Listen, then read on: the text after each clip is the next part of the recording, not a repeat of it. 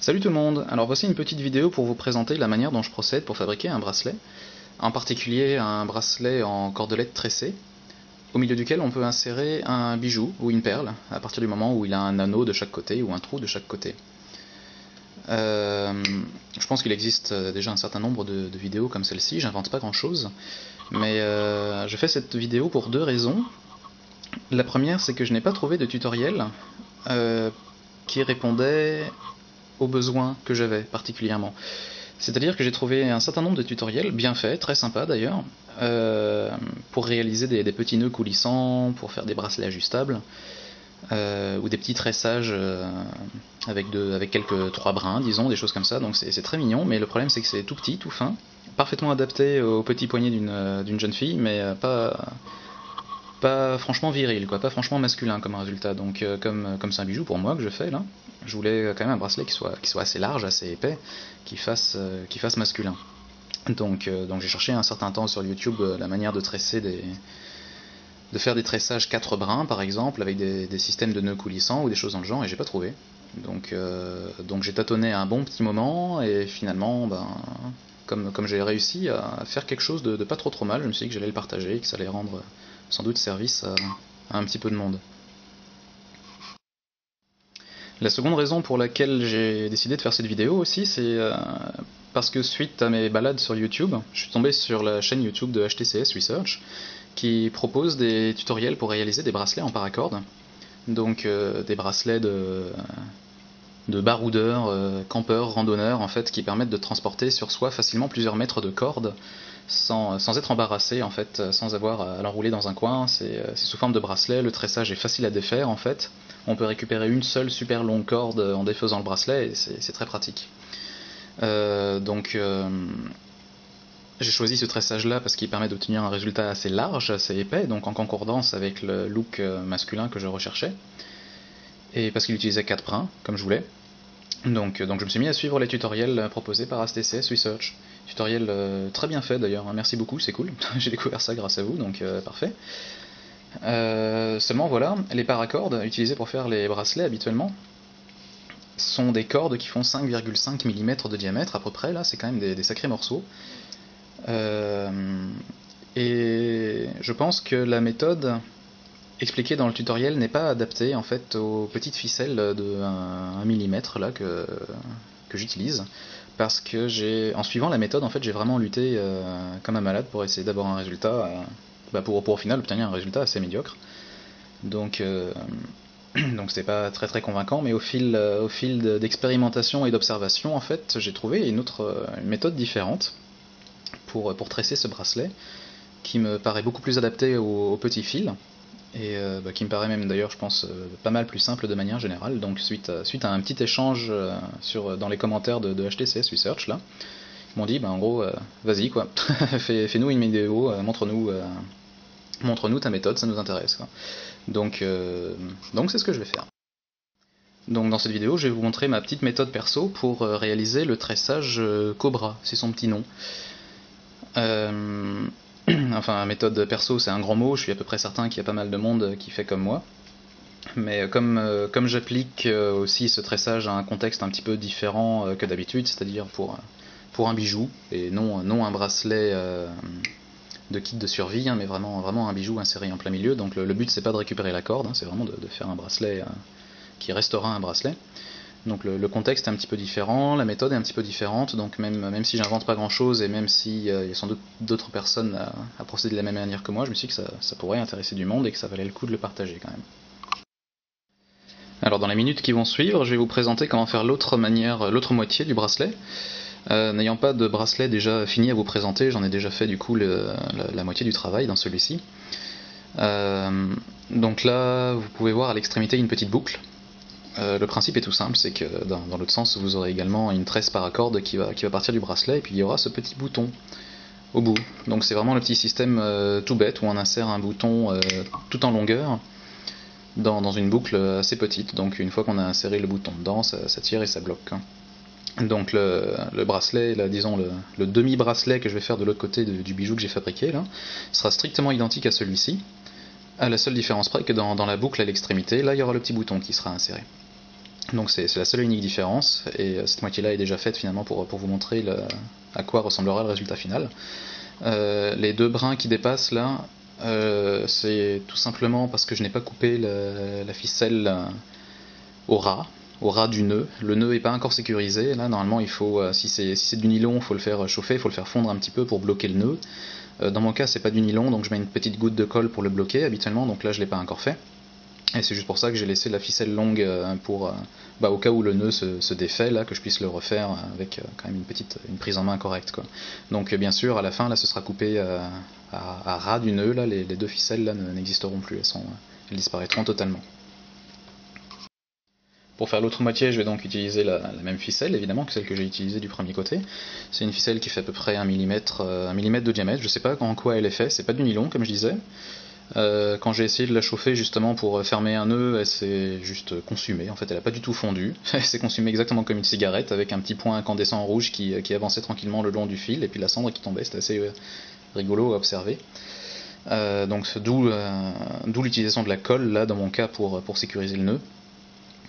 Ce que j'ai constaté en défaisant mes précédents essais, c'est qu'il fallait compter à peu près 10 fois la longueur du bracelet pour faire le tressage par corde. Donc pour faire cette longueur de bracelet, il faut 10 fois cette longueur en ficelle, au moins.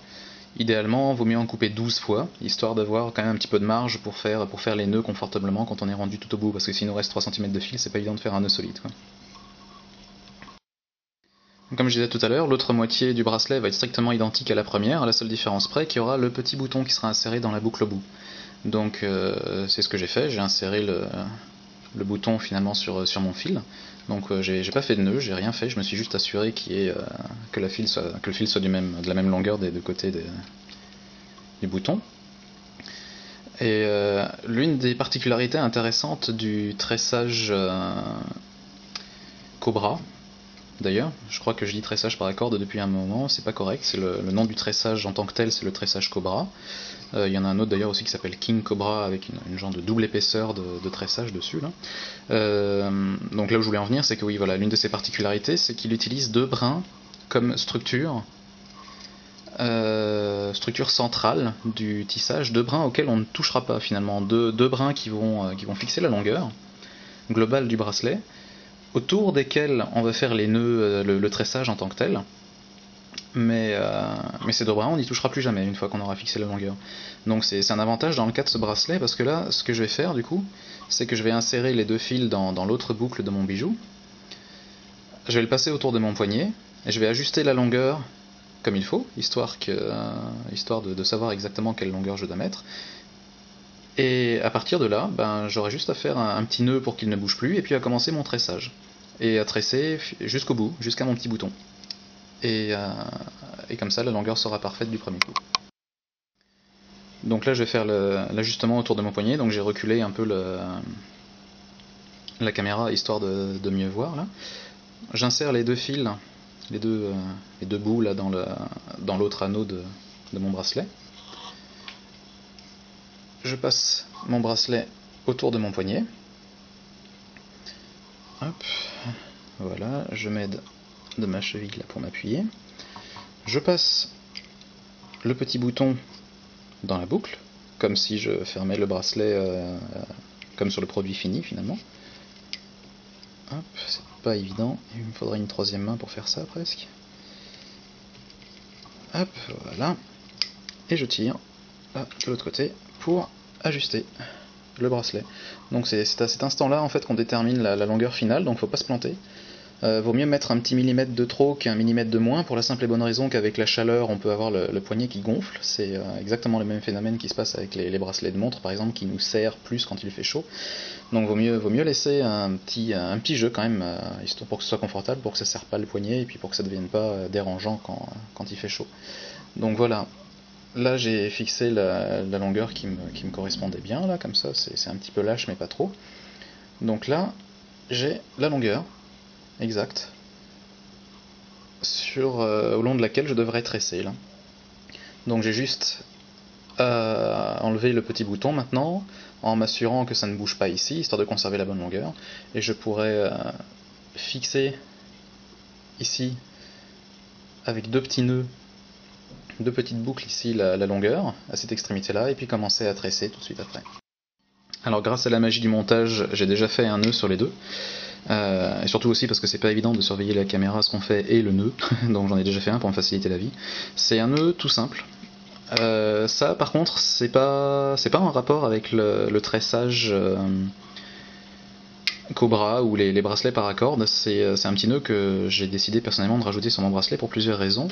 C'est que déjà, première chose, on a l'un des brins qui arrive en dessous de mon laminé et un brin qui ressort au-dessus, donc ils sont pas au même plan. Ils sont pas au même plan, ce qui a pour effet en fait de faire une première maille. Si on commence immédiatement sans faire ce petit nœud là à tresser le Cobra, la première maille va être assez moche. Donc l'avantage de faire ce petit nœud ici, là, en fait les avantages sont multiples, c'est que déjà de 1 ça me fixe la longueur, je suis tranquille, là ça bouge plus. De 2 ça me met tous les brins au même niveau, donc le premier nœud du tressage Cobra sera plus beau. Et puis ça fait une base du tressage aussi qui est un petit peu plus large. Car dans mon premier essai, en fait, je n'avais pas fait ces petits nœuds là, ça avait bien marché aussi, mais du coup, le bracelet s'épaississait, s'élargissait légèrement à 1 mm ou 2 du début de la fin du bijou, là, ce qui, sur le plan esthétique, était un peu discutable.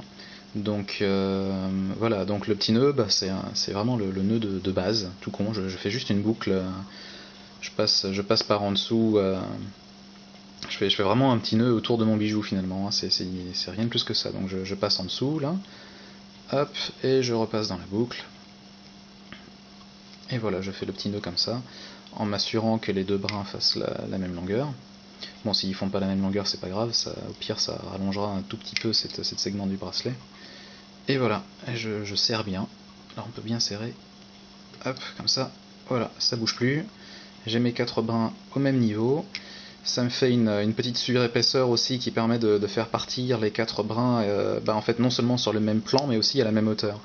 Parce qu'effectivement, en plus de ne pas être sur le même niveau, quand le fil rentre par en dessous et ressort par au-dessus, il y a la différence de niveau avec l'épaisseur du bijou, mais il y a aussi le fait qu'ils sont pas ils sont ni sur le même plan en fait, ni horizontalement ni verticalement quoi. Donc c'est pour ça que le premier nœud est moche si on fait pas ces petites boucles au départ. Ça permet vraiment de mettre tous les brins au même niveau. Voilà. Donc ça c'est prêt, la longueur du bracelet est bonne, là ça bouge plus. C'est très facile de bosser dans ces conditions là, donc on va tout de suite pouvoir commencer le tressage. Alors la méthode qui était expliquée sur HTCS Research est sûrement très intéressante, mais pas adaptée à ces petites ficelles en fait. Si je me souviens bien, la méthode expliquée c'était de prendre le fil de droite par exemple, de faire un S avec, tout en restant toujours au-dessus de ces deux petits fils qui serviront de structure au bracelet.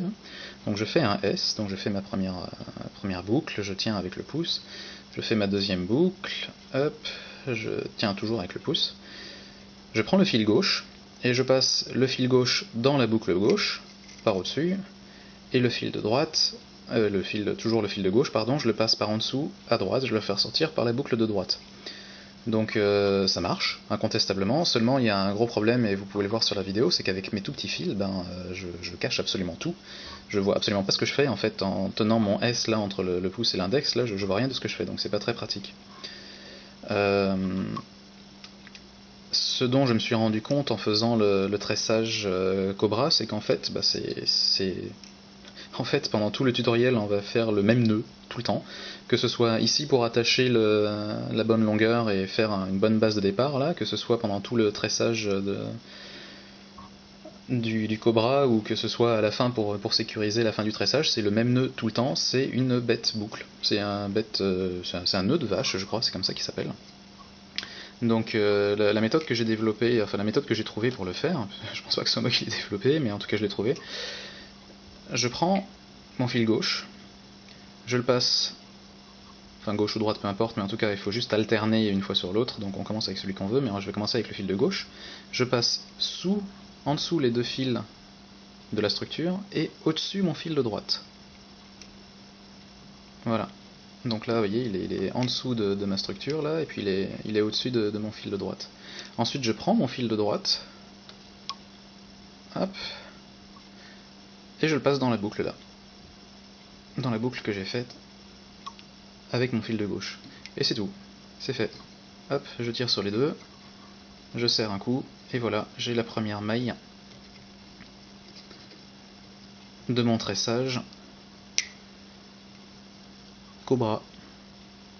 Et l'idée maintenant c'est d'alterner à chaque fois gauche droite pour la première boucle. Donc là je prends mon fil de droite, je le passe sous mes deux brins structurels et par dessus mon fil de gauche, je prends mon fil de gauche et je le passe dans la boucle.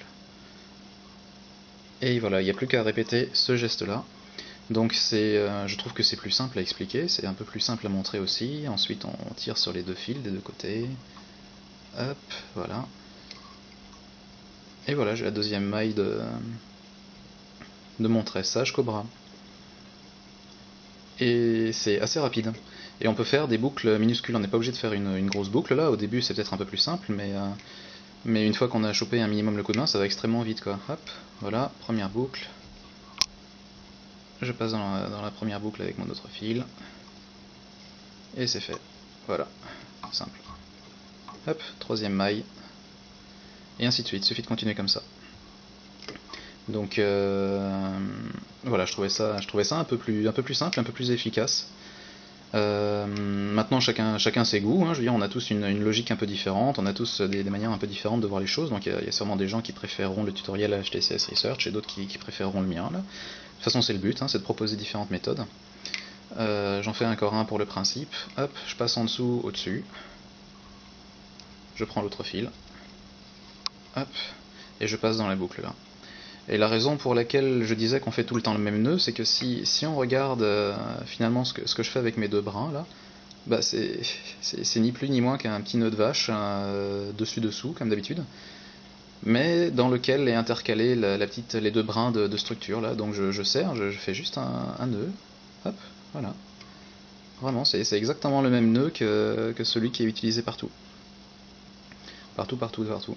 Et d'ailleurs là je peux voir que je me suis gouré en fait parce que j'ai dû faire deux fois du même côté. Donc c'est l'avantage aussi de ce tressage, c'est qu'il est très simple à défaire. Vous voyez, j'ai tiré sur les deux fils, j'ai serré, mais il me juste suffit de pousser sur l'un des deux et puis ça s'est tout de suite défait. Donc j'ai dû partir deux fois avec le même fil. C'est bien, on s'en rend compte assez rapidement en fait avec ce type de tressage là parce qu'on voit tout de suite qu'il y a un truc qui cloche, que le motif est pas alterné. On se rend compte que c'est juste, il y a un truc qui cloche, c'est pas symétrique quoi, donc on se rend compte tout de suite qu'on s'est gouré. Donc effectivement il fallait que je parte de l'autre côté, il fallait que je prenne mon fil de droite, hop, et que je prenne mon fil de gauche pour repasser dans la boucle. Et voilà, ça devrait être mieux comme ça. C'est bon, exactement. Petite astuce, si par hasard vous vous arrêtez en cours de route et que vous savez plus par quel côté vous avez fait, bon alors vous pouvez toujours tenter, hein, une chance sur deux, et puis voir si ça rend bien ou pas, et puis mais il y a une petite technique, c'est qu'on voit très bien en fait le fil qui passe, enfin très bien en tout cas, moi je le vois très bien sur la caméra, ça c'est une autre histoire, mais on voit très bien le fil qui passe au-dessus des deux brins principaux. On voit très bien en fait que c'est le fil qui était à gauche qui est passé par-dessus. Donc si le fil de gauche là est passé par-dessus à la boucle précédente, eh bien c'est qu'à la boucle actuelle, il faut que je le fasse passer en dessous, puisqu'il faut alterner à chaque fois. Donc je reprends mon fil de gauche, et là je le fais passer en dessous, au-dessus. Je prends mon fil de droite, et je le fais passer dans la boucle, qui est à gauche. Et voilà, je tire sur les deux brins, et c'est fait. Voilà. Et ainsi de suite. Et comme vous pouvez le voir, ça va assez vite. Là je prends mon temps, pour bien vous expliquer aussi, enfin j'espère en tout cas que je vous explique bien. Mais vous pouvez voir qu'on a déjà fait quasiment 1 cm en l'espace de... Combien j'ai fait 1, 2, 3, 4, 5 nœuds. On a déjà fait 1 cm. Donc pour arriver jusqu'au bout, là, en traçant bien, ça va super vite. Donc je vais aller jusqu'au bout, là, et puis je vous montrerai le résultat final. Alors me revoilà, exactement 6 minutes plus tard, il m'a pas fallu, presque 7, pas fallu plus de temps que ça pour faire tout ça. Ah donc vous voyez, je suis presque rendu à la fin. Ce qui est agréable aussi, c'est que moins il nous reste de fil, plus c'est rapide à faire, parce qu'on peut faire des boucles plus petites et on n'a plus besoin d'aller chercher le fil à perpète les oies. Là.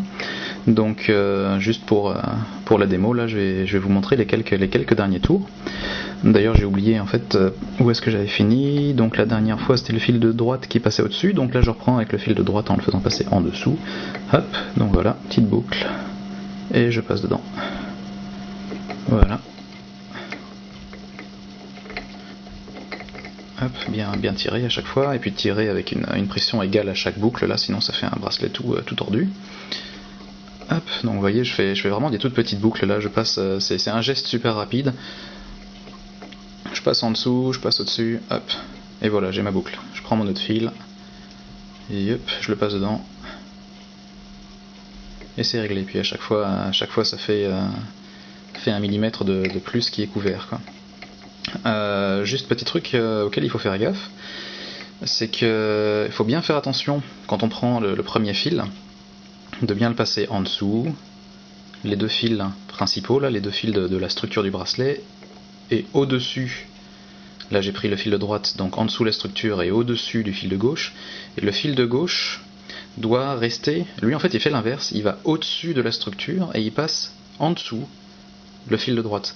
Donc si en passant en dessous le fil de droite, si par hasard mon fil se retrouve à faire le tour là, à passer en dessous de la structure, je me retrouve avec le même nœud, sauf que ça fait pas le tressage en fait. J'ai un nœud mais qui est à l'extérieur des deux brins qui servent de structure du bracelet, donc ça marche pas.